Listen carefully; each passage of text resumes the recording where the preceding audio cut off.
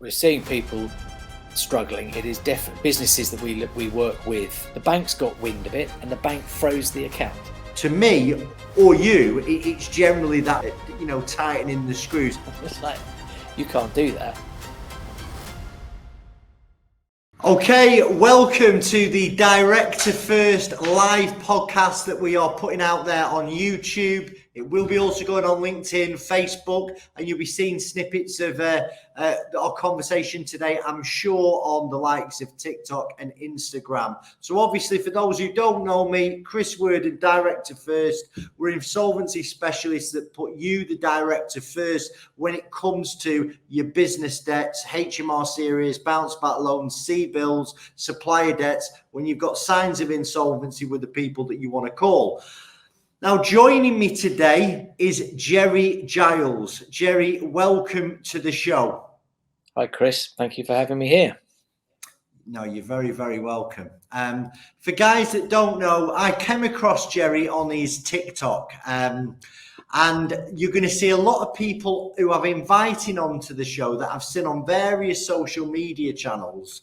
And what I like about you, Jerry, is it's very, very straightforward, down the line advice for people that takes really complex subjects and puts them in a way that is easily understandable. And that's what we want to try and do on this show, is to bring people on that are going to be able to give directors of businesses in the UK of all sizes some advice and principles that you can use, whether you're a small business doing a few £100,000 a year, or you're running a company of multiple millions, because principles are in fact that the principles they work at all ends of the scale. And I'd rather you tell us a little bit about you, Jerry. I mean, I've looked at the various bios that there are on the internet about you.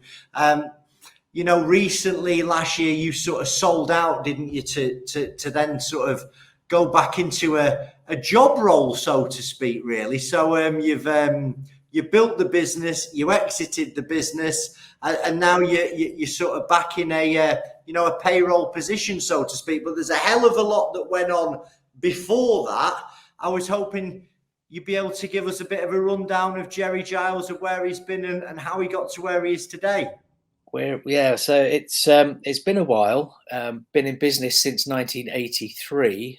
So I think I might have had some hair at that point. I won't make any more comments about that. But I left school at 18. Did not go to university at that point. Went out into work and started working in property, radio advertising, commodity trading. Anything other than where I am in the industry I ended up in. But for circumstances, I ended up working in my father's business. He became unwell and I had to effectively caretake his business for 6 months. I didn't know what on earth I was doing there, but I ended up managing to keep the thing open for 6 months. Learned quite a lot quite quickly doing that, and ended up doing the accounting, or the bookkeeping and the accounting. Got to know the external accountants, and they recommended that I went back to university and started learning how to do tax and accounting. So I ended up as a mature student sitting at the front of the class at South Bank University in London, which is, for those that know London, it's just off the Elephant and Castle roundabout near London Bridge. So I did my accountancy training there. By then I was 28. And then after that, I went into practice to finish my training, went into industry, then went into a boutique practice that did tax and accounting, sat chartered tax advisor exams, ended up as a qualified chartered certified accountant. And then in 2006-07 was about to, things were going well. And then my two other business partners decided to have a fallout and crashed the firm. And it was like, right, where do I go next? I didn't want to go with either one of them, was invited to either one, but I said no and set up my own thing, meant to be temporary, 2006-07, as I said. And I sold that in 2023. So it wasn't quite as short term as expected. And then, so yes, years of being a partner in a firm, sole trader for a long time, self-employed for all that time. I'm now head of tax at a London law firm, an accountancy firm and tax firm. There are 3 firms in one. Back on the payroll, 9 to 5, Monday to Friday, master servant again. There you go. That's the round trip. That's the round trip. Well, Jerry, the people that sort of come to Director First, and wherever they find us, they're generally business owners in the UK, and where they find me is things have started to get a little bit tough for them. So obviously the last 4 years have been really hard for all businesses. 2020, we know what happened there. Businesses started to recover from 2020. Then we had bang, inflation goes through the roof, energy prices go through the roof, people's mortgages go through the roof, and what's left is a country that I believe we're in a mess right now. There's some messaging coming out that things are going to get better, but from the big people at the top, by the time that filters down to the little people, that there's quite a lag. So at the moment, how are you seeing things in the UK economy? What are you seeing right now? What are you helping people with? So we're seeing people struggling. It is definitely businesses that we work with, and we work with businesses in many different ways, and I'll set some of those out in a minute. But generally speaking, it is tough. It is really hard out there. Margins are being squeezed, income is being squeezed. HMRC are back up to full speed, and that is causing problems for those that have got themselves behind because of cash flow. I mean, as an accountant, you'd expect me to say that cash is king and cash flow is the lifeblood of a business. It's a really old, cliched thing to say, but I was training some junior staff the other day, and they were saying, "So how do you pay all this tax and you have to do all these costs? Where do you get your money? Where's the where? How do you get money out of a business?" And I said, "Well, you need cash. You need to make a profit, but a profit isn't cash. Turnover isn't cash. You've got to collect money, be paid for what you do." And this is the problem. Smaller businesses are getting squeezed by big suppliers. Generally, clients are struggling. And then once it starts to go offside, it kind of can gather speed very quickly. And not knowing from a legal point of view and a tax point of view, which is where we start as a business, not knowing how to deal with that, how to take the necessary steps, you are effectively running a risk of personal liability, which can be quite unpleasant for those that don't understand that might be in a limited company. We have people that are in partnerships, general partnerships, so they already are unlimited in their liability. But running through companies, you are, in theory anyway, limited in liability, personal liability, except when you're trading whilst insolvent or doing naughty things, when the courts will lift the veil of incorporation, and then suddenly you are personally liable for company debt. And we're seeing that. We're seeing a lot of that right now. Also, we're seeing HMRC coming after directors for incorrect payroll operation, where they've not been paying staff properly, and where people have been employed by such companies, maybe in the past, are now being attacked, demands being made of them to pay under what's called Regulation 80. They're moving the payroll liability onto the individuals. So they've got to pay what they didn't pay or have deducted at source, plus what the employer didn't deduct and pay over. Could you go through that in a little bit more detail, Jerry? That last point that you're talking about, Regulation 80, is really interesting. Yeah, so it's a revenue power which allows the revenue to transfer a liability that should sit with the limited company and therefore the employer, but they pass it to the individual. So it's either, if it's an owner managed and owner directed company, so a one man company or two person company, effectively makes the directors personally liable for the payroll. It can be done with VAT and can be done with PAYE, not with other taxes, but certainly it's something that the revenue are doing a lot of, particularly when they are dealing with people that are in the construction industry is one example, but contractor industry. That's what I was people that are contractors, subcontractors, people that are freelancers, that type of business are being held to account for if they're working under an umbrella or they're working part of a recruitment agency for an end client. It's the person at the bottom. Back to your analogy of the little people at the bottom, who are getting hit with everyone's tax bills using a Regulation 80 power, which effectively legally transfers the liability from party A to party B, and then party B has to find all the money.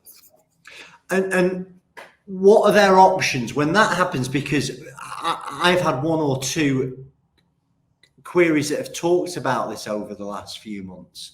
I remember one. So the director had become insolvent 18 months previous to speaking to me. Now, his accountant had said, right, well, instead of you taking drawings out of the business as a dividend, you're better off going on the payroll, which was good advice at the time. But what this chap had failed to do, he hiked his salary right up in line with what he used to take as dividends when there was the profits available. And then 18 months, 2 years down the line, he's got a huge PAYE debt because he never paid it, and he's just taken all the money out of the company, left with big PAYE debt. And that's what you're talking about here, isn't it? It's like going, excuse me, mister. It is. I mean, most directors, shareholders there would think they could just do that for a while and then walk away from the company, and the company is effectively bust. The company would be wound up as insolvent, but the revenue in that process would look at the transactions that had happened in the previous 24 months and go, well, hang on a minute, we'll just transfer that payroll debt. That's not going to be written off. We're going to go after the individual. And they transfer it using Regulations 80 generally, but there are other ways of doing it, but that's the main mechanism that we see.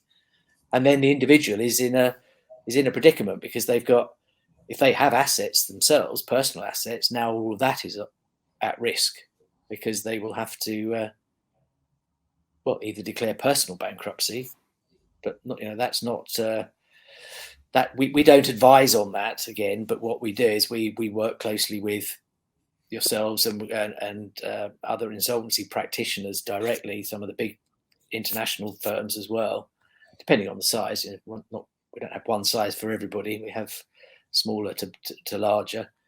But at points, our advice is to get advice on the insolvency or in IVAs, company voluntary arrangements, the whole suite. But it's always to act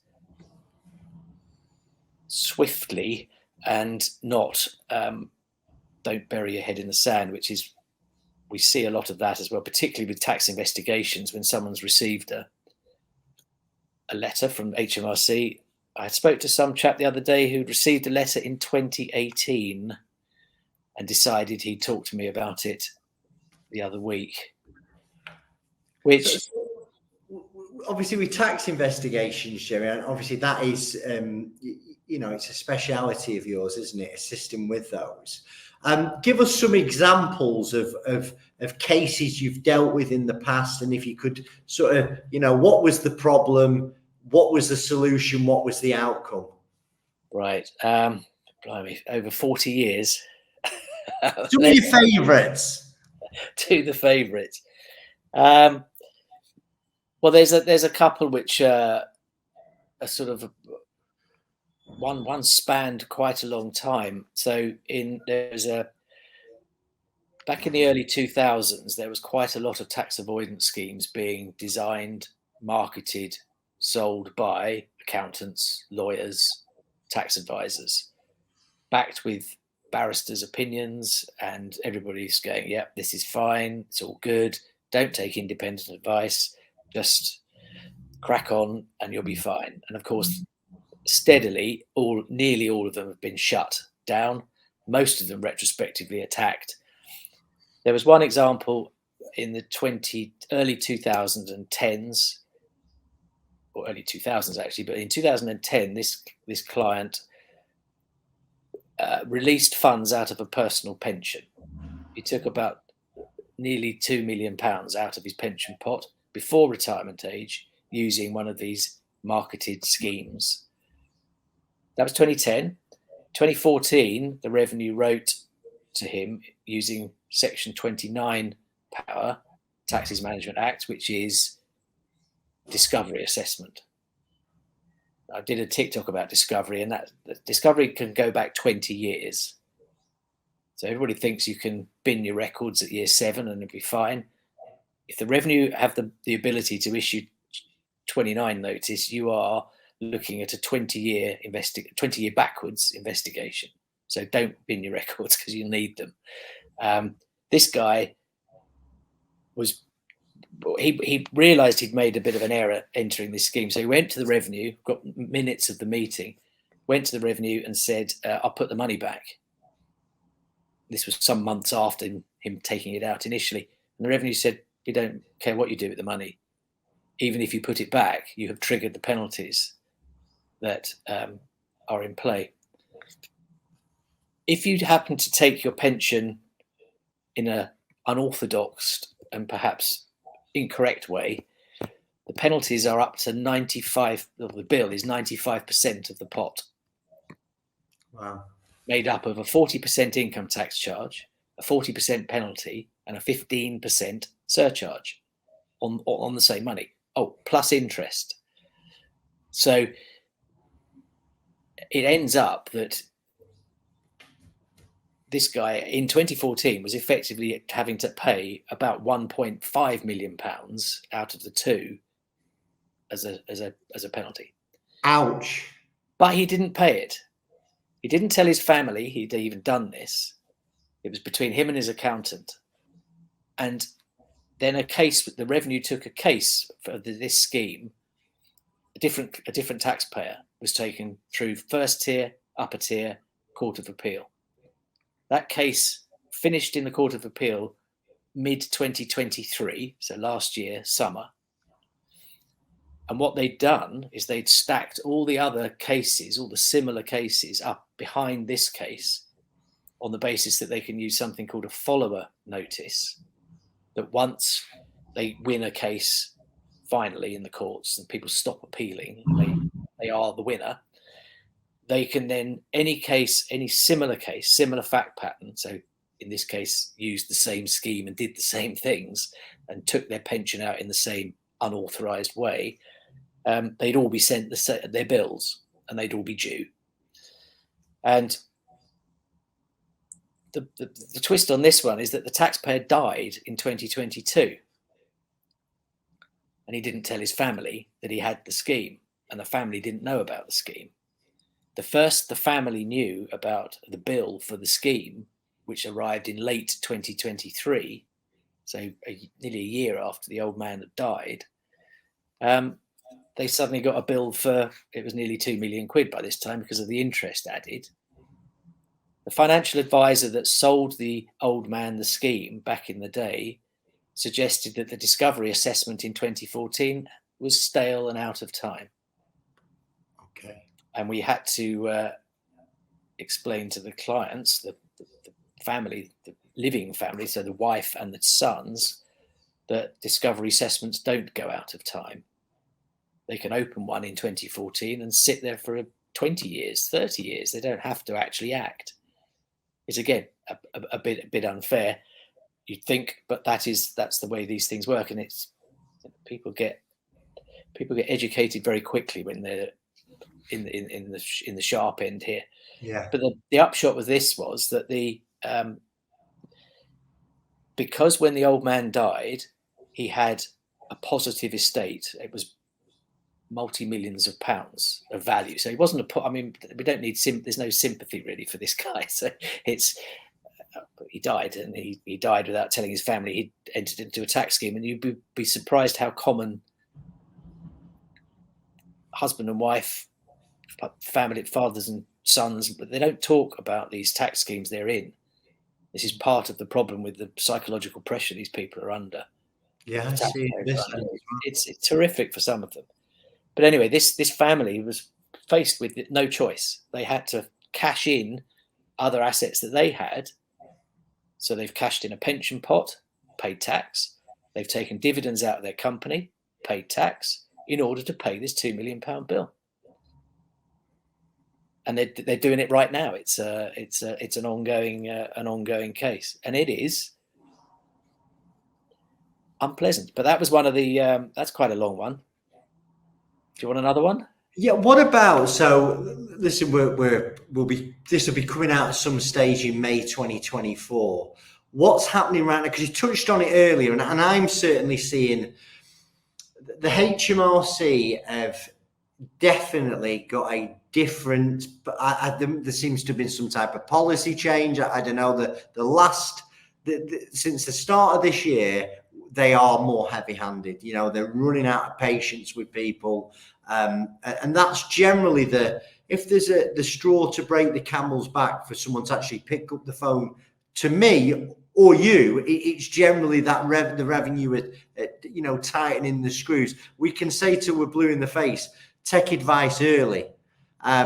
Sadly, most people won't do that. So what about some recent issues that you're seeing, just sort of enlarging on these this change in tack that we've seen from the revenue?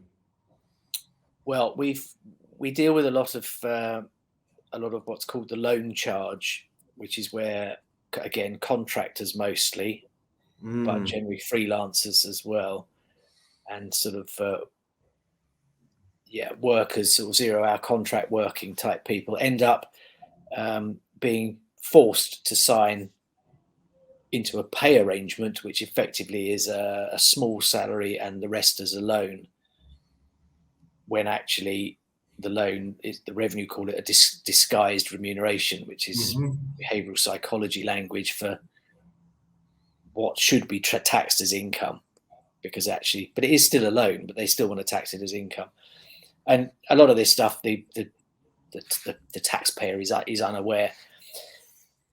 The revenue have started this year using Section 684 powers, which again is a bit like Regulation 80 that we talked about earlier. Section 684 powers are where they can forgive an employer the legal obligation to run a payroll and tax, deduct, and pay over at source, and they transfer the whole payroll liability to the client, to the taxpayer, using a 684 notice. So when the loan charge came out, originally it was a 20-year retrospective attack. It got halved. There was a action taken and a supposed independent review of the legislation. It wasn't anything of the sort. Revenue were all over it, but it was claimed to be an independent review. Said that no, 20 years was too long. Should be a 10-year look back, and we will effectively halve the period it goes back. And everybody said, okay, fine. So all the people in the first 10-year period were like, thanks. That means we're okay. Now, the revenue decided that for that period, they would use Section 684 powers to forgive the offshore or even onshore employer, and still went after. So they have still gone for the 20 years. This year, we have seen hundreds of 684 notices arrive in the last few weeks to our clients who are already dealing with later loan charge events. So thinking they were okay, thinking they had a 10-year window to deal with, they've suddenly gone back to having 20-year window to deal with. And again, it's causing stress. That's one example. We're seeing a lot more doorstep visits. So again, this is the you touched on it earlier. The policy change is it's not so much a policy change. They've just woken up post-COVID. Yeah, yeah, yeah, right. They're just back to where they would have been, but people have kind of forgotten how aggressive they are with their collections and their door-to-door sending debt management people to take goods. Even when people are in negotiation, as us with us as the agent, negotiating with officers inside HMRC to settle the tax bills, you get debt management knocking on the door. You get more brown envelopes coming in from different revenue department. Now, one would think perhaps it's just bad luck and they're not joined up. I'm a bit of an old cynic, and I think it's deliberate. It puts pressure to settle and puts pressure to accelerate settlement. So one of the things, obviously, with HMRC arrears at the moment, like you say, for almost 2 years there was no tax collected. It was almost, don't worry about it. We'll get in touch, pay what you can. Obviously, the time has come now. What type of advice can you give to directors right now who are facing that pressure from the HMRC? What would you say to them, Jerry? Do not hide. You've got to face this up and get into communication with HMRC, either directly, written communication. I'm not suggesting face-to-face meetings, but if they're writing to you, it's very tempting to put the letters in the bottom drawer and not even open them. That is the worst thing that you can do, because if you don't want to do it yourself, this is why people come to firms like us. Even their accountants will be comfortable to a certain point, but it is a specialist. Dealing with the revenue in these aggressive and contentious matters is a specialist area. Now, some high street accountants are good at it. Some will run a mile from it and would rather not do it. And you don't want to be. I've seen it before. Your accountant has done what? Oh, he said he'd give it a go. And you're going, no, you don't give it a go. You don't get two bites at this. You've got to get it. You've got to deal with it. So the advice is always the same. It's happening. It's not going to go away. So start dealing with it, and because it can quickly lead to the liability issue we touched on earlier. If the cash flow is poor, and that's more of the accounting side of what we do rather than the tax side. It's looking at the business and going, hang on a minute, what's going on? Why is your cash flow drying up? What's going on with your pricing? What's going on with your collections? What's going on with your expenses, your costs? Where can we make a difference? What can you do to make your business? We're not talking about profits here. We're just talking about generating cash, genuine money flows into the business, so that then there's something to take back to the revenue to say, look, we are behind, we are struggling with this. Even simple stuff like, if you're a VAT registered business and you're collecting money in from your customers, have a separate VAT account, bank account, put the money somewhere separate. If you stick it all in one bank account, people are really tempted to dip and they spend it. And, I've had sat in front of inspectors of taxes who say, we are not a bank.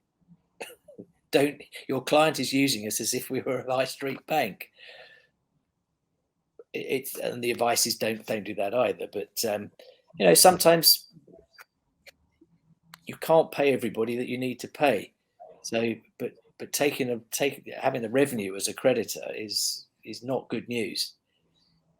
But so the advice is address it early. Don't leave it. The guy that left it from 2018 to 2024 to have a conversation with me, I got him to read the bottom section of the letter. He clearly hadn't read properly. He had 30 days from 2018 to respond to the letter. It was a Schedule 36 notice, which is a fairly powerful information notice. And failure to comply with the notice leads to a £60 a day penalty. Crikey. After the 30 days. Now, he did the numbers in his head, and he realised that was quite a big number from 2018 to 2024. That's quite a lot of days times £60. I can't remember what it was exactly, but that's lumpy. What happened? Is that concluded yet? So that guy, why had he got the letter? He got the letter because he was a crypto trader. Mm-hmm. And the platform he was using under the common reporting standards had told HMRC that he had an account on their platform. He hadn't reported anything on his tax return, even though he'd bought and sold. Mm-hmm. So the revenue already knew about the position. So the revenue then write to the taxpayer saying, we'd like information on your activity. We don't think your tax affairs are right. And he ignored them. But the revenue just ignored them. The revenue have done their bit. So he's got £60 a day penalties. He's got interest arising on the tax debt. And if he's not careful, he'll be prosecuted for tax evasion. So my advice to him was, you've got to go under Code of Practice 9, which is the civil route to avoid prosecution, Mm-hmm. and confess. Tell them what you've actually done, what you've done with the money, what you've done with all the trades, so that you can regularize your tax affairs without them prosecuting you. He didn't come back. Right, so ongoing. At £21,900 a year at £60 a day. There you go. He didn't come back. He just has dropped off. Oh, he won't reply, won't respond to emails. So that, we mentioned this before we came on air, the legal advice privilege, as opposed to not having that or not having that. So if you take a situation like that to an accountant in a firm, or even a sole trader accountant, he is effectively, or he is legally obligated to call a halt to the meeting and report the taxpayer to the revenue without tipping off the taxpayer. Tipping off the taxpayer is a criminal offence, and non-reporting is a criminal offence. However, well, that is fact, and that's whether it's PricewaterhouseCoopers or Joe Smith, Jeremy Jars above the fish and chip shop in the local high street. Same rules. However, you go to a lawyer or a barrister, but let's go lawyer for this point, and tell them the same story. They have something called, they offer the taxpayer legal advice privilege. Comes under legal professional privilege. It's a bit like the privacy you have between doctor and patient. There is a set rules that the revenue can't come in a lawyer taxpayer situation. The revenue cannot be party to the meeting notes, the documents, conversations. If the taxpayer then does what this guy did and just disappears and doesn't then deal with the problem, the lawyer is also obligated to then report. So you end up in the same problem. The person you went to seek help from will end up reporting you to the revenue if you don't fix it. The accountant does it straight away. The lawyer will do it if you don't don't come and play the game. Come in from the cold. Is that, do you know about? I mean, well, we get it so often that we'll get an inquiry. It's advice that the person doesn't want to listen to, because they may have spoken to somebody else in my profession who've said, "Oh yeah, don't you worry about that. This is a £5 burial. You that's it. You'll be, skipping off into the sunset." And they've took 3 bounce back loans, spent it all on an extension, not filed a tax return since 2020. And yeah, there's just some real shoddy advice out there. I heard two stories about bounce backs. If you don't, I want to tell you one. Oh, please, go for it. I was getting my car MOT this morning. My kid's car. It's like the learner car. It's a bit. It's in a bit of a mess. It failed, so I was waiting while it had a bit fixed so it could pass its MOT. The garage owner I know, been around there a lot of time. We've got a lot of dodgy cars that keep breaking down. So we're on first name terms with the mechanic and the garage. So he's Hungarian, and he asked me what I did, and I said, "Oh, I'm a tax accountant." So of course, he immediately started moaning about how much tax he was paying, as if I set the rates, was there to collect them. But he said we talked about.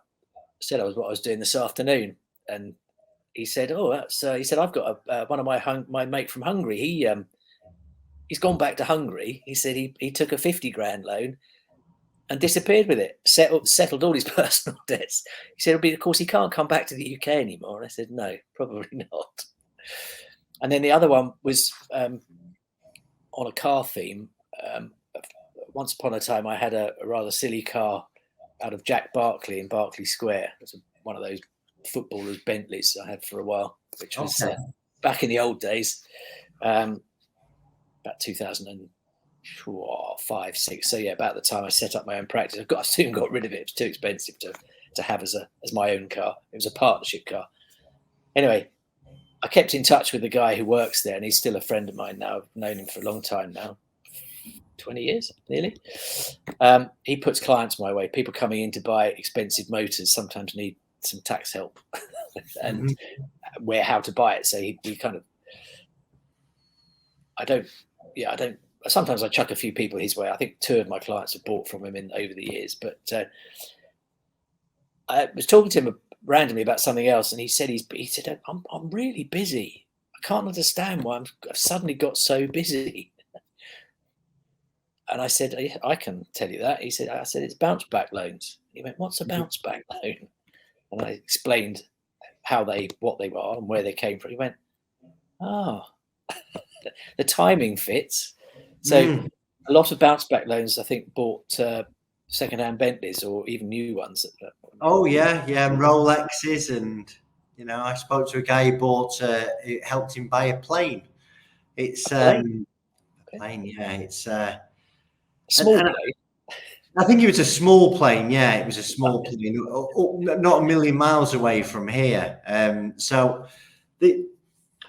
obviously, when all this money come into the country, there were business owners that couldn't. They were actually entitled to 50 grand because it was based on the turnover, and a business can turn over 200 grand and still be absolutely potless. What's the old saying? Turnover's vanity and profit sanity. But aside from the bounce back fraud that it's mind-boggling the scale of this. A lot of people did take the loans, and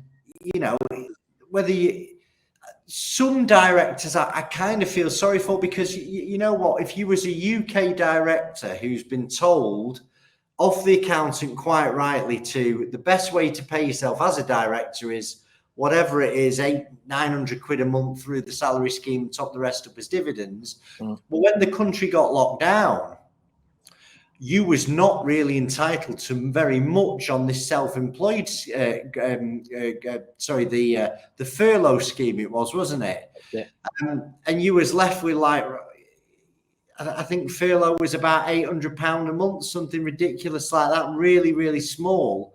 Whereas my mates who were self-employed joiners, they were absolutely stacked out with work anyway, because people were stuck at home, they wanted stuff doing, and the government was throwing 3 or 4 grand a month every couple of months at them.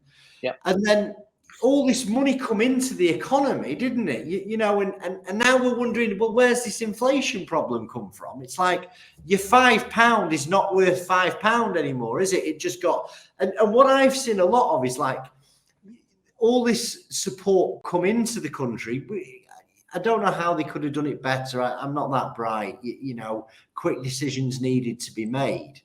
But the cost of everything that went up, didn't it? And businesses that were sort of on the up here, they started to then take on expensive debt. Yeah. They were taking stuff that they had to personally guarantee, because at that time we had a boom, and that's it. The demand slowed down, didn't it? Interest rates went up. People have got less money to spend on stuff, and these businesses that have took on all that expensive debt, it's like, shit, what's happened here? And it's the cash flow again. And that's what I'm seeing now. It's like, Chris, what they literally, these, and you'll know who I'm not going to name them, but the lenders that you can't get money off the banks. So you go to these lenders that are emailing you, phoning you, you're seeing them on Facebook everywhere. They'll give you the money because you've got something at home. You've got a personal house. You've got some equity in your home. So they'll lend you the dough as long as you sign the PG. And now I'm dealing with that, the aftermath where businesses change. Nobody seems to. People don't think there's much hope of a recovery, and they're sadly having to look at insolvency as an option. And a consequence of this growth is they sign personal guarantees, and we've got to look at how they're going to deal with that once they get into liquidation. Yeah, it is a difficult position. I think experienced people that have been around for decades have seen this sort of ebb and flow of. I remember setting up my business in 2007-8 when we had some business interests out in Belfast, and they had the Irish tiger economy collapsed at the end of 2007, and then the whole world fell apart in 2008 here with the CDO, combined debt obligation, junk bond malarkey, where the banks were selling AAA rated CDOs to each other when actually they were full of junk. So much junk they were worthless, and then the whole thing, the merry-go-round stopped. Lots of people went under went bankrupt in that point. Even some of the really big property developer clients we had, they just suddenly were left with so much debt and no income, no revenue. So it doesn't matter how many assets you've got on paper, how much asset you have on paper, you just have, if you can't fund it, service the debt, you're done, you're toast. So it's about getting, everyone wants to you've got to take risks in business. You've got to speculate to accumulate, as the old saying goes, but equally you need to make sure that when it starts to wobble, you want to really get to it before it starts to wobble, which goes back to our really boring and annoying comments about cash flow management accounts, cash. Before we go, that's where I'd like to get to, Jerry. You've been through these tough times before, and I do want to ask you about your business breakup as well, because I think people are going to find that interesting. In fact, no, can I go into that first, and then I want to start getting some more nuggets from you about what you should be doing, the brass tacks of it. But I've recently gone through business breakup, end of December, very, very difficult, professionally and personally. And I found it quite a tough thing to get through. You obviously, I had two partners as well, we fairly amicable. We wish them all the best. But what happened with you guys was it 2006, 2007 that things were coming apart? Do you mind sharing a little bit about that? No, I could be. It caused a lot of grief and an attempted suicide, not by me, but one of the partners. We were a boutique tax advisory practice bolted onto the back of an accountancy firm. And in 2004-5, there was a rumblings of disagreement between the tax firm and the audit firm. The audit firm went first. They established the business, and they brought in the tax team to join in.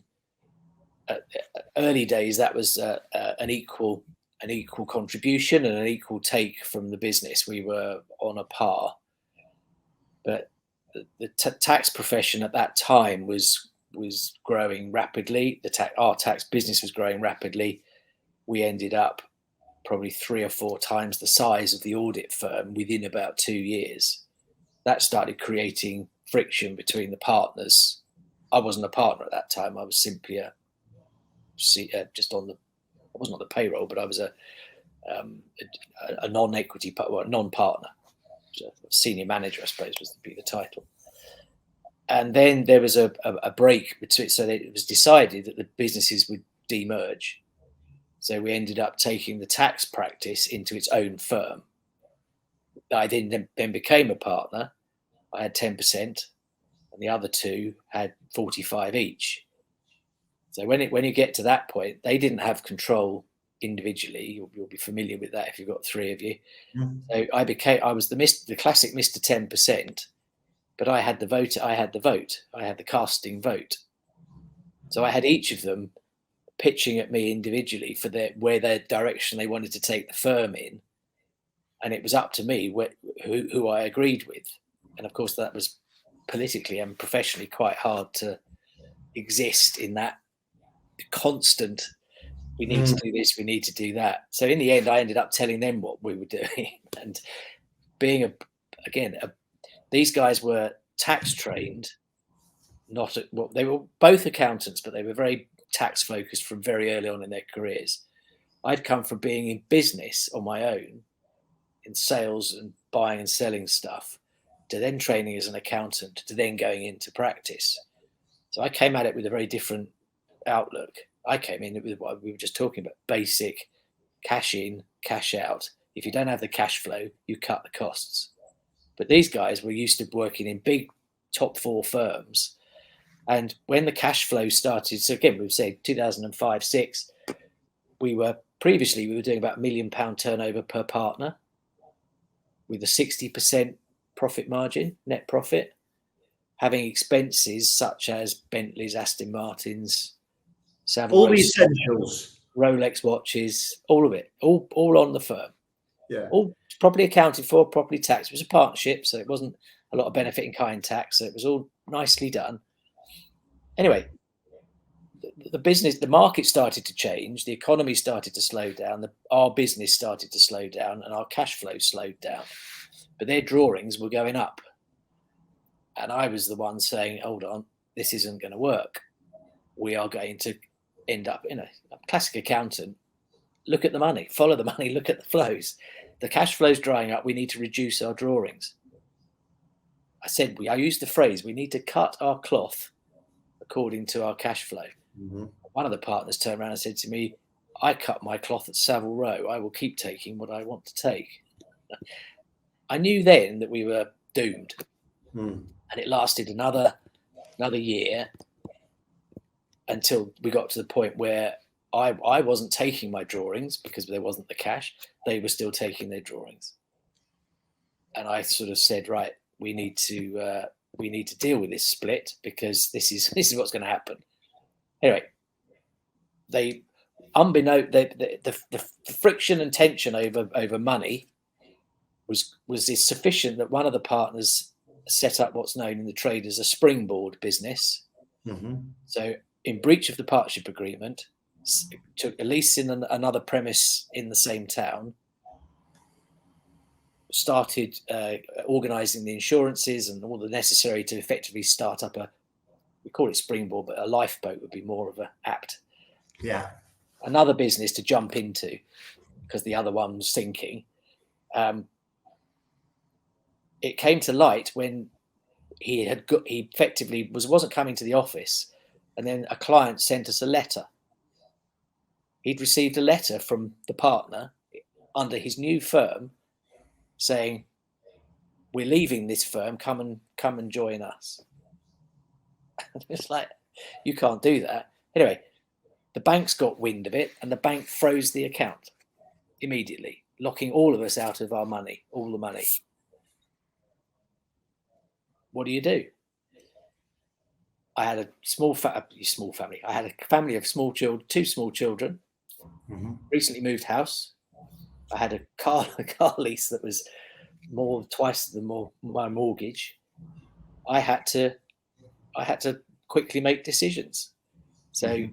I set up my own practice, got it insured, got practicing certificate. Well, I had a practicing certificate, but just fired it up in a regulatory sense. and looked at an empty order book and went, right, what do I do next? That's where I then reverted back to my radio advertising and property sales skills to go out and find some work.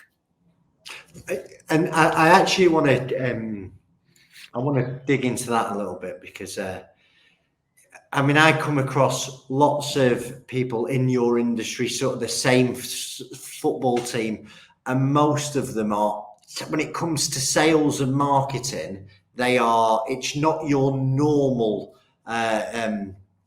attribute that a man in your industry has. Because when I'm out the bush, just say it. Yeah, I'm trying to be as diplomatic as possible. We're friends now, Chris. Just spit it out and I'll sort it out. It's fine. But Matt, I'm saying to directors, you know, the key thing that you need to do is you need to be able to market yourself. You need to be able to convert, and that's one thing I've had to do. Like literally, I launched Director First on the back of First Business Rescue that I'd built up for sort of 6 years. And that's how I come across you. You know, like my marketing is I try my best to explain a really complex subject that a lot of my peers will baffle you with bullshit in a way that the everyman on the street will understand, which is what I am. You know, I'm a very normal Joe Blogs. If I can understand it, most people can. You know, you don't need that university degree to understand insolvency at a basic level, and you do that really, really well. So can you give somebody who's watching this some good tips about marketing and sales, getting them to the table, and then at the table taking the order?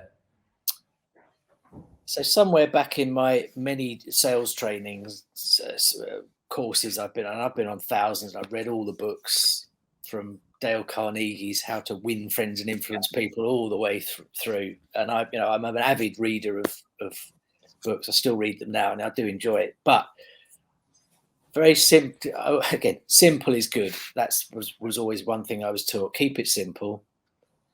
And when it comes to my industry, which is sort of tax advice, tax avoidance, defense, legal work, I always take into my mind, my meetings as well, people will not buy what they don't understand. Mm-hmm. So you've got to basically, someone has to understand what they're buying. And it's slightly more nuanced in our world because we're selling advice, we're selling knowledge, we're selling concepts. We're not selling goods or products or even certain regularized services. This is bespoke tax advice, tax planning, and mentoring, coaching, all that sort of stuff. And half the time, the clients don't even know they need that advice.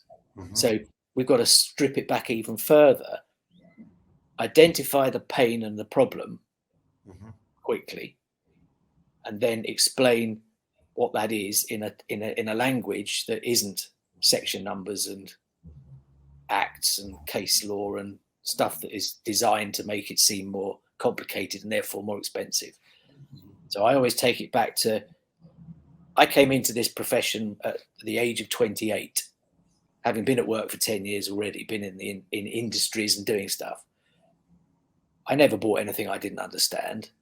So I always try and just in my mindset, and that's one of the tips, put yourself in the shoes of the person the other side of the table or the other side of the screen or who you're selling to, and explain it in a way that if you were flipped round, you'd buy it, you'd understand it, which a lot of people can't do. They don't get that. The second one is, again, you are selling.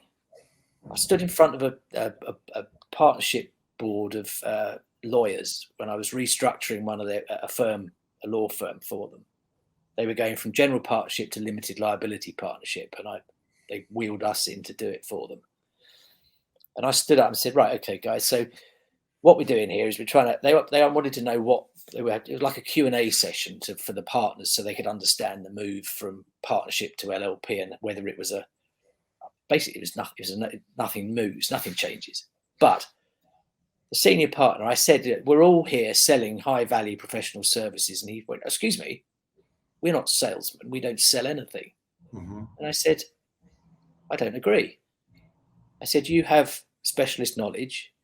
Sometimes you have to go and look it up, but most of it, it's in your head, and you can tell me all about it if I ask.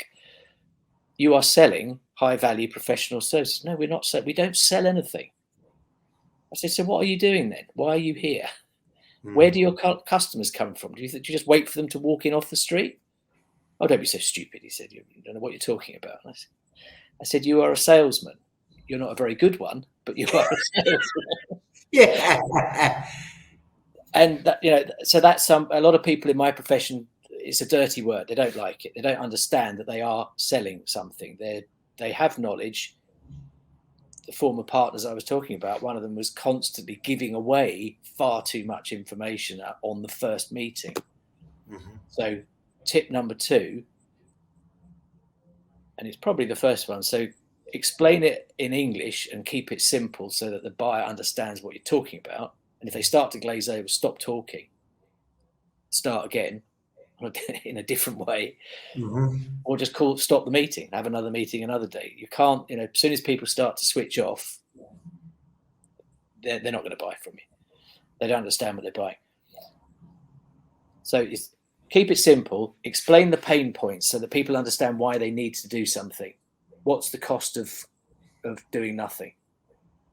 So, for instance, you do a transaction this way, you're going to pay how much? I always say, people ring up and go, I need some help. You go, okay, what's the problem?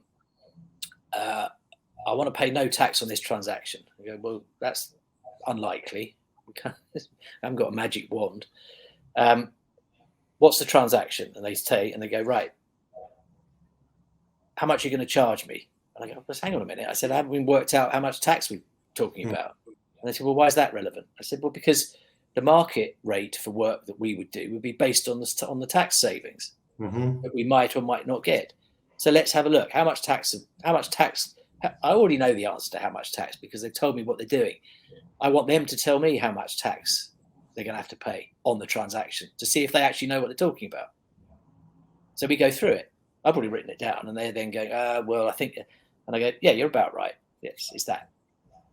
So how much is it going to cost me? I said, well, the market rate is 10% of that. And most people can work that out without having to write it down, generally. If I save you £1 million on a transaction and I want 10%, I think we can all do the maths. You don't need a calculator. I did it once for guys in Belfast, actually, and it was a £3.5 million tax deal, which they were going to do it to pay 3.5, and I could have legitimately restructured the way the deal was done. It was selling an asset, put it into trust first, and then sell it from the trust. And at that point, there wouldn't have been any tax. So I saved them it would have saved them £3.5 million.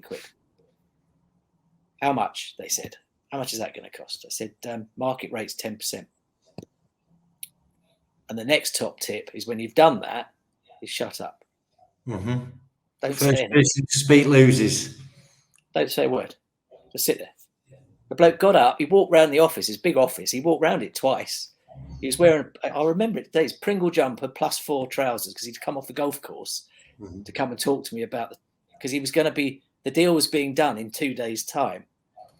And he was, in his mind, he'd already settled that he was giving £3.5 million to the British government. But somebody had told him whilst playing golf that there was this fella sat in the offices in Ireland who could possibly have a better outcome for the deal. That was me.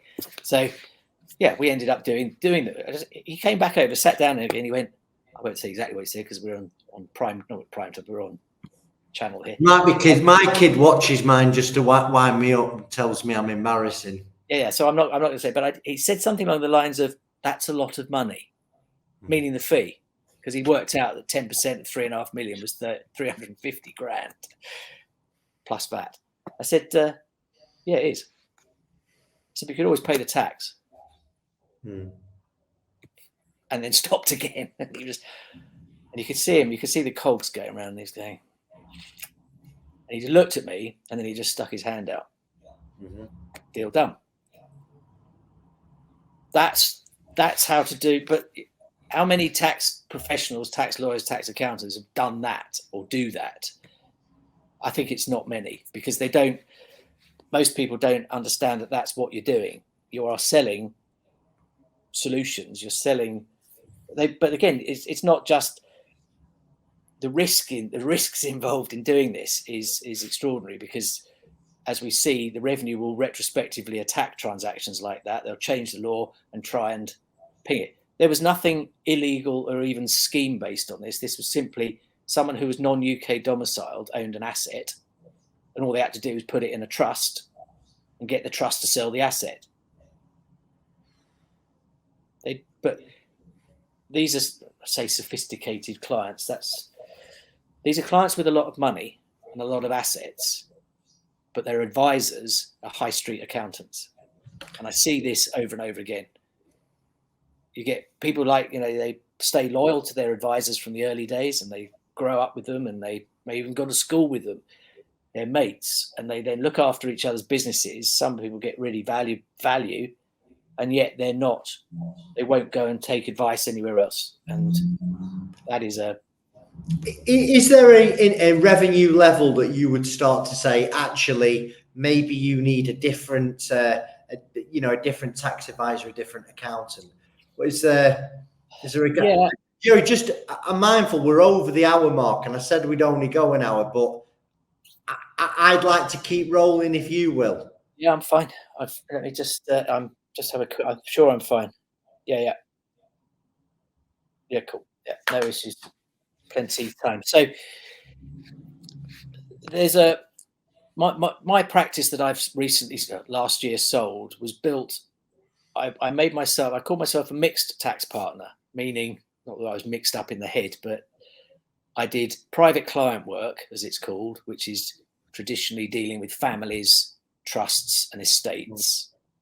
And I also did corporate work, dealing with businesses, business restructuring, exits, management buyouts. And that was purely a function of having worked in a small boutique practice where the businesses also wanted family advice, and the families had businesses. Okay. So you ended up doing both.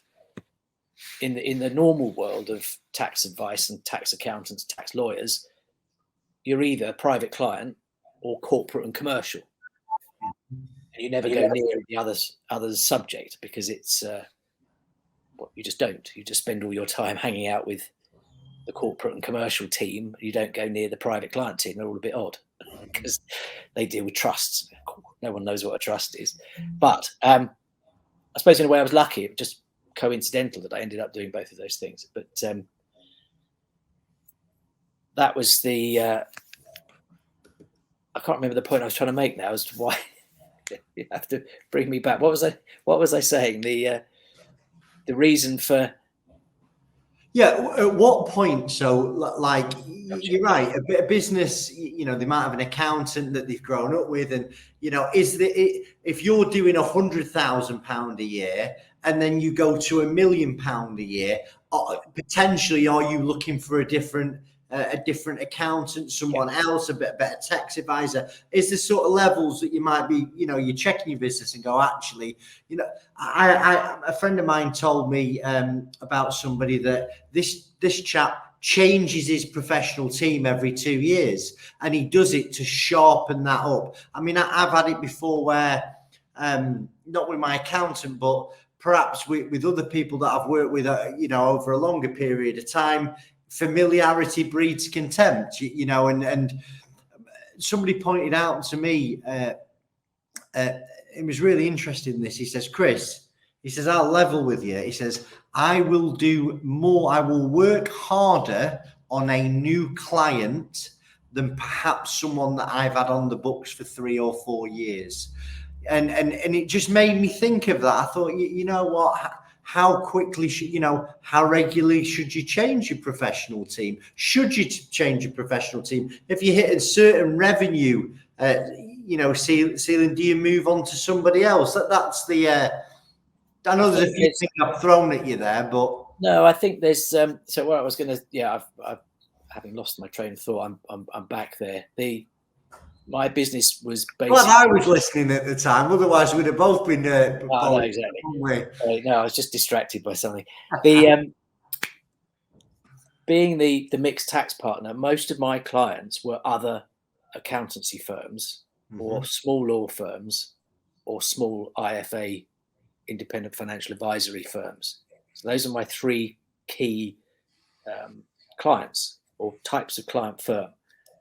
They would ring. They would these firms would not have, or if they did have a tax partner or a tax senior tax person, they were mostly compliance based. So they were the ones doing the filing, the tax return work. Nobody really. Again, we're an expensive bunch, as you probably gathered by now, with the cars and the suits and the watches and whatnot. We're not cheap in employment terms or even in hiring terms. So people like to have sort of fractional, as it's called these days, the modern term. So you dip in and out. So I was like on speed dial for about 20 firms.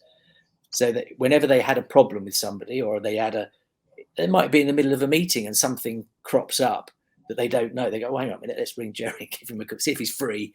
Not free literally, but available. And, I'd be there joining a meeting and being asked questions. No prep, no prior knowledge, just simply, oh, they want to do this. What do you think? And you're going, oh, Christ, I don't know. But that was the point I'm trying to make there, is that those firms had realized that, and again, it came out of a case, Mr. Mahoo and Harbin Barker is the case, where Mr. Mahoo was a tax resident non-domicile, and they let a junior in the accountancy firm do his tax return. They missed off the fact that he was foreign, and they missed off all his foreign income and all his foreign gains and all his activities that were in addition to his UK activity. He then sued the firm because he got fined by the revenue for not doing a proper tax return. So he sued his accountants for getting it wrong because they're giving it to a junior who was not qualified and not capable of understanding that a man with a name like Mahoo might not be UK domiciled. Mm-hmm. In the end, the accountants won. That they weren't negligent, but what it did point out, and it was in the decision in the case, in the actual writing of it, that accountants should not take on work that they are not qualified to do. And when it moves into the world of tax, I go back to what I said earlier. You don't want people having a go just because they think they give it a whirl. You need to have the background. So, long-winded answer. As your business grows, you might want to stay with your compliance accountant.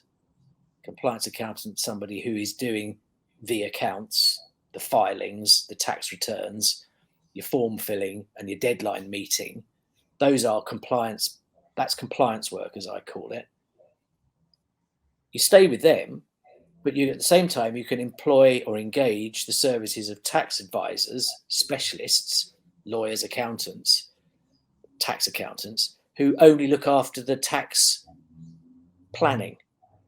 So if you imagine you're I use the analogy of being in a racing rowing boat, like at the Olympics. You've got 8 strapping girls or boys rowing, going backwards fast. Well, they're going forwards, but facing the wrong way. And you've got the coxswain, the little person steering the little boat and shouting at them through a megaphone. That's us. We're the ones who are going that way, tax advice is looking forward, accounting and compliance is looking backwards. I like that. Yeah, it's really good. And what are some of the things that you would suggest to somebody by way of tax advice? Well, most accountants should be looking at trying to minimize tax paid. And they often go a bit overboard because the clients put a lot of pressure on them to minimize the tax. And one of the simple ways to minimize tax is to reduce the taxable profit. And they spend a lot of effort trying to find expenses to put through or defer some income to reduce the profits. So, and that's all well and good until you're thinking of trying to sell your business. Mm-hmm. If you're trying to sell your business, people will look to value your business based on your last 3 years' profits. Mm-hmm. Why would you be wanting to show them reduced profits for 3 years? If your multiple of your business is 10, I know we're in slightly constrained times, so not many businesses are going at 10 times profits at the moment. But back in the day, they were. For every 100,000 you reduce your profits by, you're knocking £1 million off your capital value. So why would you be wanting to? So at what point do you not suppress your profits? I suppose is what I'm saying. Mm-hmm. There are times when you actually want to maximize your profits, particularly if you're looking to value your business and sell it in a couple of years' time. So this is the looking forward piece. It's all about why are you doing it? What do you actually want to achieve? Those are the two standard questions. Anybody that has meetings with me, that's all I say. Why and what? Why are you doing that, and what do you want to get to? Or where do you want to get to? So the advice again about saving tax. There's the profit and loss. There's the actual chargeable or taxable profits. A lot of it you can't do much about. There's a good example that I read yesterday about whether it's a good idea to put business entertaining through your limited company, because it's not tax deductible. And the answer is yes, it is, because it's still better to put it through the company. The company pays the bill. It goes in the P&L, profit and loss account. When you come to do the corporate tax calculations, you add back all the business entertaining, because it's not tax deductible. So you increase your profit again and pay tax on the bigger number. So that adds tax at 19% or 25%, depending where you are on your profits. But if you were to pay for it personally, you'd have to pay that money out of taxed income, taxed at 45p in the pound. So it's tricks like that that are really basic, but that is how to consider the tax on doing something in two different ways. So on entertaining, okay, what could be classed as legitimate entertainment, Jerry? You must have, where's the line?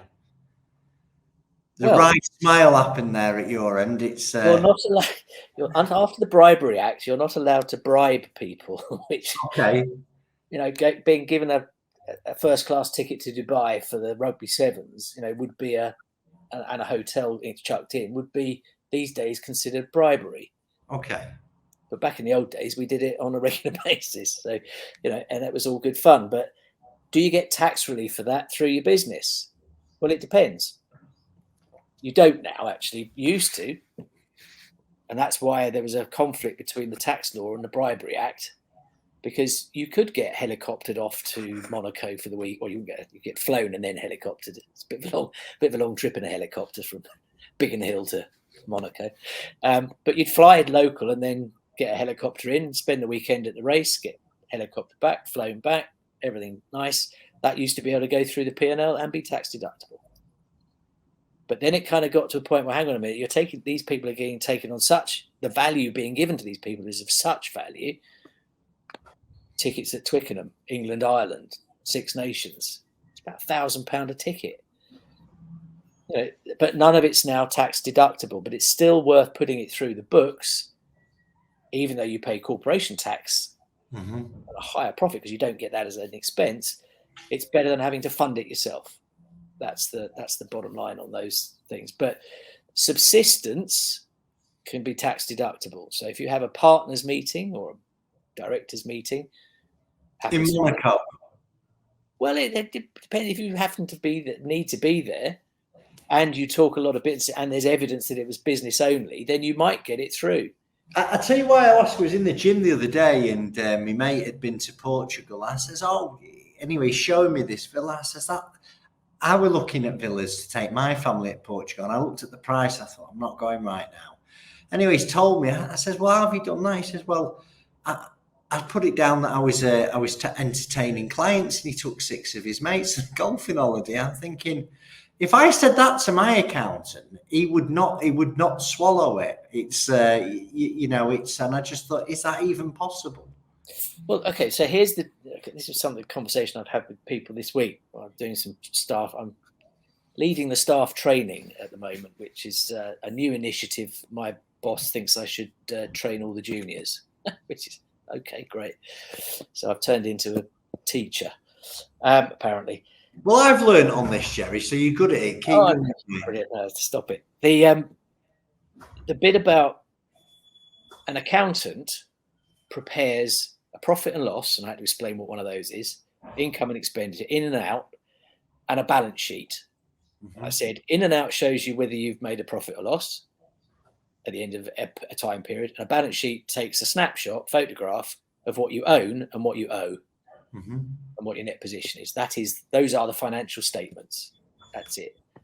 A tax accountant takes the number at the bottom of the profit and loss and then mucks about with it a lot, because any business can decide its own accounting policies within reason and its own depreciation policies.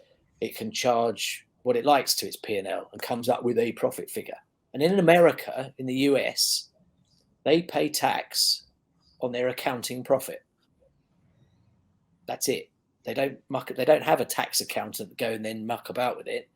Whatever comes out at the bottom of that profit and loss figure, that goes on the tax return. So they chuck everything they can through the P&L as cost to reduce that figure to manage the tax bill. In the UK, we have to then apply the legislation about what is and isn't tax deductible. And that's all case law, statutory law. So we're the really boring and annoying people that then go, you can't have that, you can't have that, you can't have that, you can't have that either. How much of that was personal? Can't have that. And we end up with a much bigger number subject to tax. And everybody in the business is going, well, that's ridiculous. We only made 100. You're not telling it's 100, it's 180 for tax. Yeah, because you've put a load of stuff through your P&L that's not allowed for tax. It's not allowed in the P&L at all. And that's where your mate would have put that lad's golfing week will be in the P&L for the accountant, but the tax accountant, if it's the same person, sometimes it is, will be going, I've got to add that back because it's not tax deductible, because it's not wholly and exclusively business. If it was like going down there for a conference and these people were all part of the team, it may well be. If they had 2 jolly days out of 7, so 5 days work, 2 days on the golf course, guess what? 2/5 is private, or 2/5 won't go through the tax comp. But 5/7 or 2/7, 5/7 would go through, assuming they're there for 7 days. Well, Jerry, I'm mindful that we've gone on a little bit and I've really enjoyed it, but I want to start to wrap this up now, and sort of over the next 10 minutes, mate, I want to end it on, like you say, you've been around the block a few times. If you were speaking to a business owner of whatever size right now, what are the tips that you would give them they might be doing really well and they want to take it to the next level. They might be robbing Peter to pay Paul every month. What can you impart some of your pearls of wisdom to wrap this podcast up? I think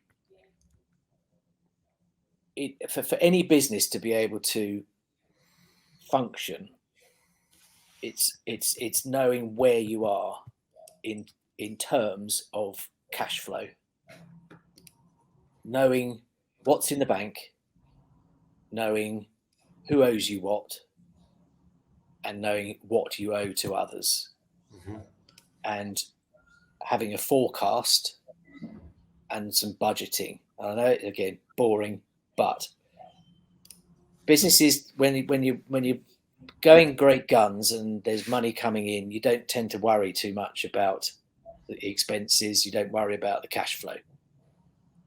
I used to work with one of these partners, used to just every morning ring in, what's the cash balance today? And it was really only so you knew what you could take out the bank account the next day. It's like, yeah, great. What about the wages and the rent and everything else we've got to pay? So we used to tell him a different number. I mean, how stupid is that in a partnership? We used to, don't tell him we've had 100 grand in from so-and-so today. No, it's only 10, we've got 10 in the bank. Oh, I thought so-and-so was paying today. No, he hasn't paid yet. It's only so long you can do that. these days you'd have access through the app and you just literally look at the bank balance. So we couldn't do that anymore. But it's information. So it's much easier today than it used to be because everyone should be on something Xero or QuickBooks or Sage or all of the above. And it's much easier to get an instant answer. How much cash in the bank? What's next? What's tomorrow's outgoings? What's due to come in? And then it's on the collection side. That's the other tip. So accurate, timely information to know where you are. Because then if it starts to go wobble and head towards going offside, that's the time to do something about it as soon as, not next quarter's management accounts or even next year's financial accounts, because that's how most businesses still operate. Once a year. What's in the bank? Don't know. What are the debtors? Don't know. How regular would you be checking this management information for you? You know, what's the, how often? If I was the CFO or FD of a company, twice a day. Morning and after lunch. But if I was, what normally happens, it's the CEO. They don't have a CFO. They don't have an FD. It's the MD, the CEO, senior guy, the founder, and they're either so busy you can't talk to them, and it's left to junior people in an organisation, the accountant, the cashier, to understand what's coming down the track. And timely information, and then being able to have, I suppose the other top tip is not being knowing when to seek, I call it coaching, but counsel, as in help, input, advice from people that have done it before. People that can just tell you, even sit in your business for a couple of hours a month, to sit and watch what's going on and just say, why aren't you doing that? Why aren't you looking at those? For me, it would be I'd be looking at I am cash flow fixated. You would go into the business and I'd look at the aged debtors, because there normally lies all the problems of a business. Getting the money in quick enough. Why aren't you being paid for what you're doing? Why are you extending credit terms to these people? Why is your cash flow? Why has that person taken 60 days to pay a bill? Why is that person a year old on the debtors? Aged debtors, we call it. Aged, it's a posh accountancy term. Debtor, someone that owes you the money. Aged, because they're late. And it's how late. And the further across the page you go, the later they are.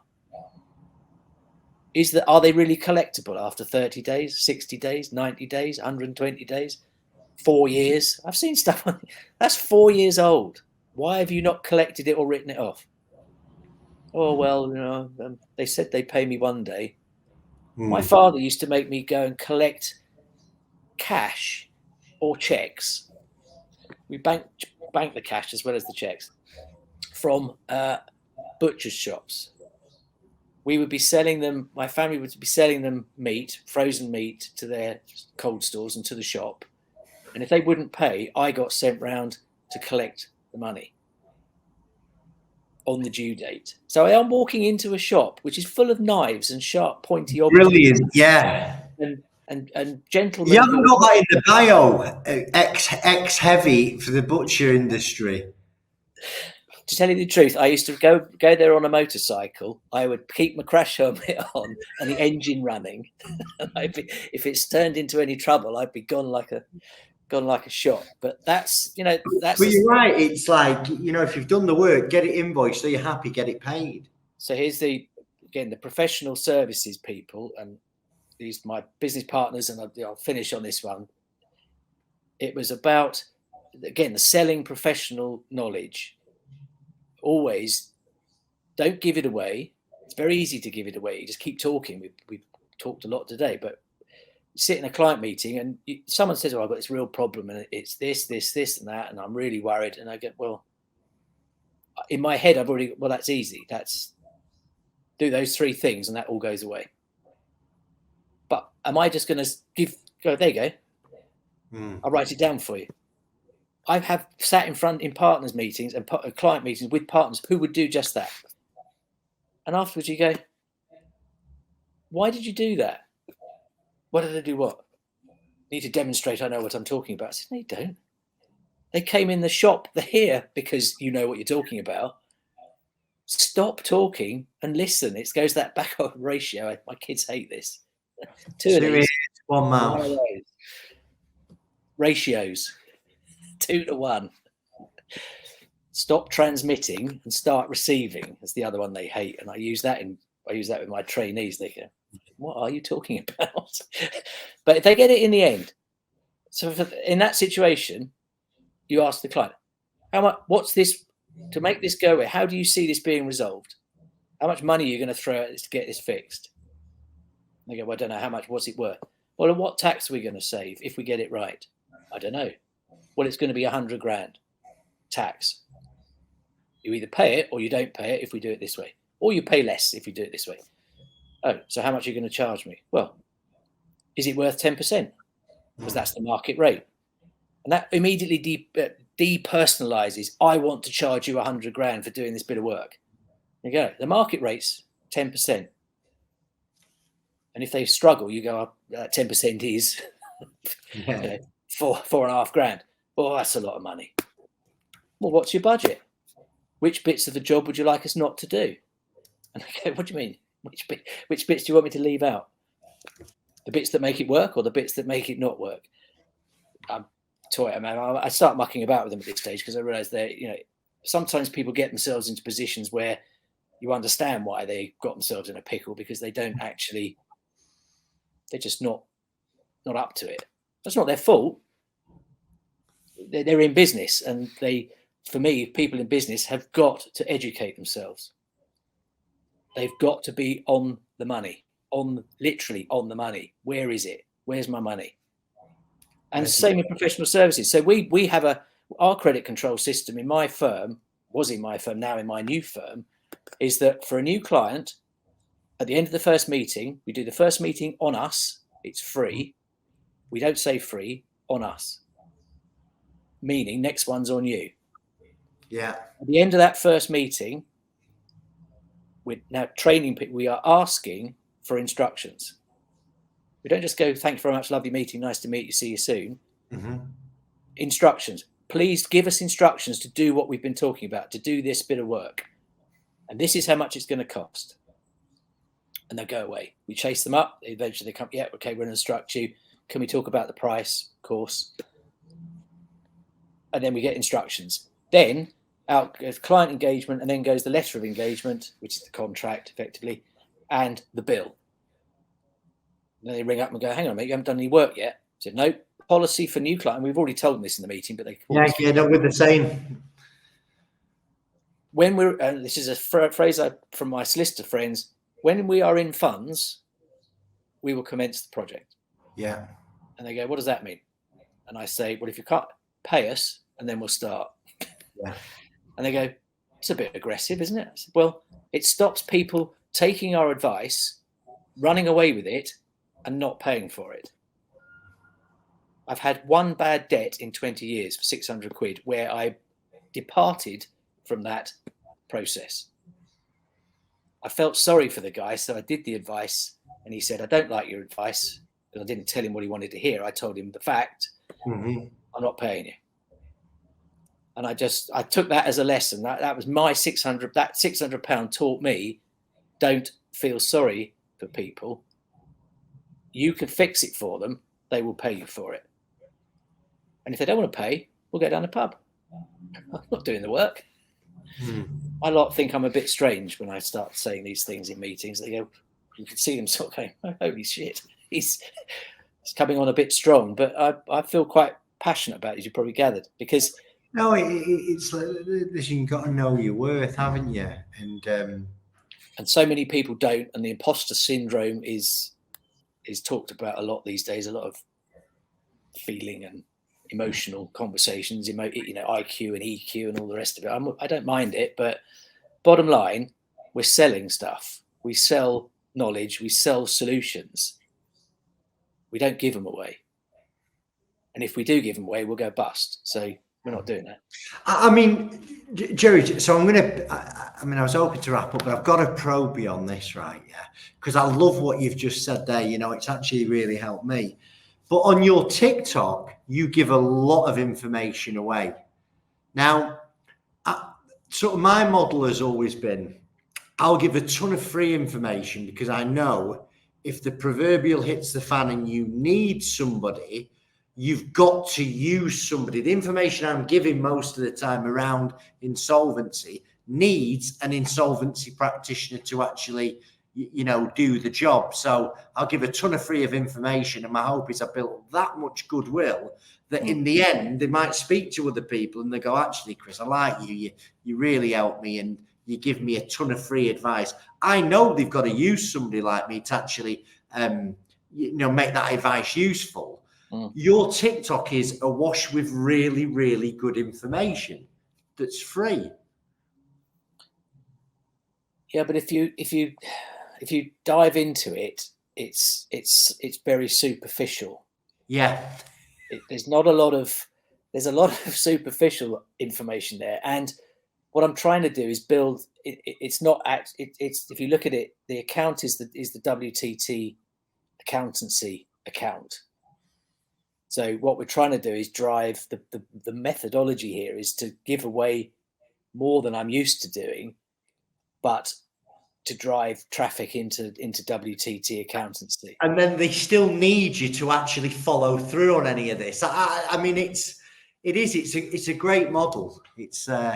I mean, you can't, you know, if I sat there and gave a sort of a tax lecture or went into real detail on a particular case, it's just not the right platform for it. But given the speed at which people sort of, you know, if you ever looked at your analysis, I did it. Well, I've stopped doing it now. But people after, you know, how quickly did people flick up and get, you know, move to the next video? And they're like 0.2 of a second. Wow, they were really. They looked at some bald bloke in a pink shirt and went, "Boop, gone." don't want to see that. But it's a lot of stuff. I do, you know, and I don't script it. I don't edit it. I literally speak it and put it up, errors included, which is, you know, and it can be, some of it can be rubbish. And I get a lot of grief through some of the comments, but I try and reply to the comments in video as well. If someone's given me a nasty comment, I'll reply with another video just for them. That's always good fun. They don't like that. Well, sometimes they like it. And people tell, you know, they're educating me. I've got found out about expats and UK state pensions the other day through something I did about leaving the UK. But all I do, I was going to do it this afternoon, but I'll probably have to do it on Monday. I'm going to start my A to Zs again. I'm going to do another A to Z. That went down quite well for. So just pick a topic on A to Z and speak about, as in each day, do a couple a day, go through the alphabet again, and just up to 5 minutes on each subject. Give it a go. But people look at it and they read, listen, watch the videos, and they think, "Oh, that's a lot of information." But actually, if you cut into it, there's not a lot of fat in there. It's just basically. But it's enough to get them hooked, enough to get them interested, not enough to get them make a decision. Now, Jerry, I know that we have gone on longer than I anticipate, but genuinely, I've really enjoyed this. I've learned stuff that I can take away and use in my business. So do you want to wrap up? If anybody wants to find more out about Jerry Giles, where did he find him? Pretty easily. I'm just about on any platform, but if you just basically Google Jeremy Giles ACCA or FCCA, actually, you'll get me through the ACCA accountancy website. I'm on there as a regulated, registered person. But if you'll find me at WTT Group, the website is group.co.uk. I'm on there. I've still got my own LLP practice, which doesn't do accounting or tax, because, of course, I sold that to WTT. I'm on LinkedIn, Instagram, YouTube. I've got a channel which is a little bit in its infancy, so don't judge me on that. There's not been a video on there for a while, Jerry. I had a look at it before, mate. No, to be honest, I've had taken a little step away from doing daily work on the socials because I've been too busy doing other stuff, staff training and the rest of it. I think I might need an assistant. I might need someone to do. I think I'll put it in a You can proposal. use AI now to actually recreate an avatar of you. I've not done it Yes, yet. You just feed the information in and set it yeah. up. Some people say that's already happened, but I don't. I like to try and keep it. I'm going to try and get back to do daily stuff. It's just been a bit hectic. Year end, tax year end, the budget, several issues at work to deal with, staffing, and having to do this. A lot of preparation goes into doing 2 1-hour training sessions. Mm-hmm. We went through, in effect, in 2 hours, we did 42 chapters of the tax technician's course, which took some condensing and it took some concentration. So I will try and get back to doing more, but that's where you can find me. I'm easily found. Full name is Jeremy Giles. Jerry is my name. I'm part Irish. I have an Irish passport. My grandfather is Irish, so Jerry Giles. There was also another Jeremy Giles in a Jeremy in a hockey team I played in, so I had to change my name. So there we go. That's how it started. Well, Jerry, listen, thank you for spending this time with us. It's been a pleasure. I've really enjoyed it. Thank you for having me on. And if you want me back, I'll come back and talk about. 100%, mate, 100%. Because very selfishly, it looks. I feel like I've got an hour, and I was going to ask you what your hourly billable rate is, but I'll refrain from that. But I've got me money's worth today, mate. I really have. I tell you. I again, keep it simple. I'm £12 a minute. £12 a minute, brilliant. You do the maths on that. It's that includes the VAT, so that's what I get charged out at.